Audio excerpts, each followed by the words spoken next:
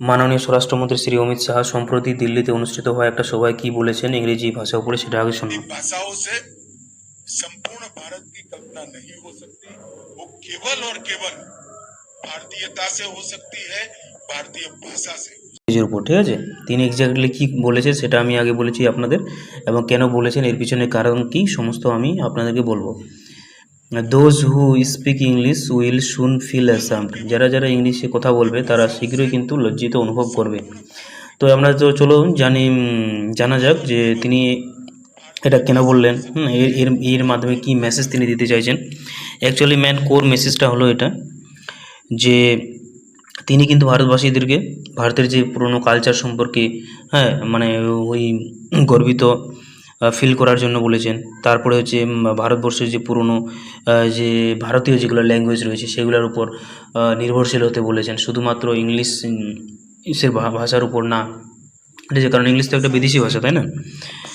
এবার তারপরে তিনি এটা একটা বলেছেন এই কারণে যে প্রধানমন্ত্রীর যে পঞ্চ প্রাণ লেড ভিশনটা রয়েছে, ঠিক আছে।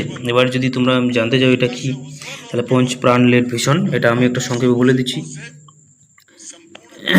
এটা হলো অ্যাকচুয়ালি যে goal of A developed India, বিকশিত ভারত, মানে 2047 সালে আমরা জানি যে আমাদের 100 বছর পূর্তি হবে স্বাধীনতার, ঠিক আছে। তো তার মধ্যে আমাদের একটা বিকশিত ভারত গড়ে তোলার লক্ষ্য, removal of colonial mindset. Colonial মানে কি, ওই যে আগে ঔপনিবেশিক শাসন থেকে আমাদেরকে যে ওই যে চিন্তাভাবনা সমস্ত মুক্ত করতে হবে আমাদেরকে, হ্যাঁ। তারপরে প্রাইড ইন আওয়ার রুটস, মানে আমাদের যে ইন্ডিয়ান কালচার সেগুলোর উপর জোর দিতে হবে, সেগুলো যে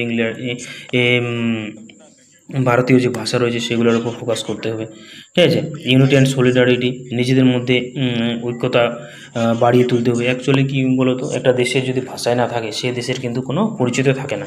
অতএব সেই দেশের কিন্তু একটা ভাষা মানে বিশ্বকে যেন জানে যে ওই ভাষাটা দিয়ে একটা কিন্তু ওই ভাষার একটা দেশ আছে যেটা আমাদের হিন্দুস্তান, ঠিক আছে। আমাদের পুরোনো ভাষার মধ্যে অনেক রয়েছে, যেমন সংস্কৃত, ঠিক আছে, আরও আমাদের আঞ্চলিক ভাষাগুলো রয়েছে। তারপরে sense of duty among citizens, এবং নাগরিকদের মধ্যে যে একটা কর্তব্যপরায়ণ যে সচেতনতা এটা জাগানো, ঠিক আছে, দেশভক্তি জাগানো, ঠিক আছে, সব শিক্ষা ব্যবস্থাটা দেশের নিয়ে চলা, ঠিক আছে। অ্যাকচুয়ালি যেটা হচ্ছে স্বদেশী, অ্যাকচুয়ালি তিনি স্বদেশীর উপর জোর দিয়েছেন। তিনি মেসেজ দিয়েছেন যে নিজের ভাষাকে নিয়ে এগিয়ে চলো, ঠিক আছে, দেশের উন্নতি করো এবং আত্মনির্ভর হও, ওকে। এসবের তিনি বার্তা দিয়েছেন। তো কেমন লাগলো, তোমাদের মতামত কি অবশ্যই কিন্তু কমেন্টে জানাবো, ঠিক আছে। ধন্যবাদ, আজকের মধ্যে এটুকুই।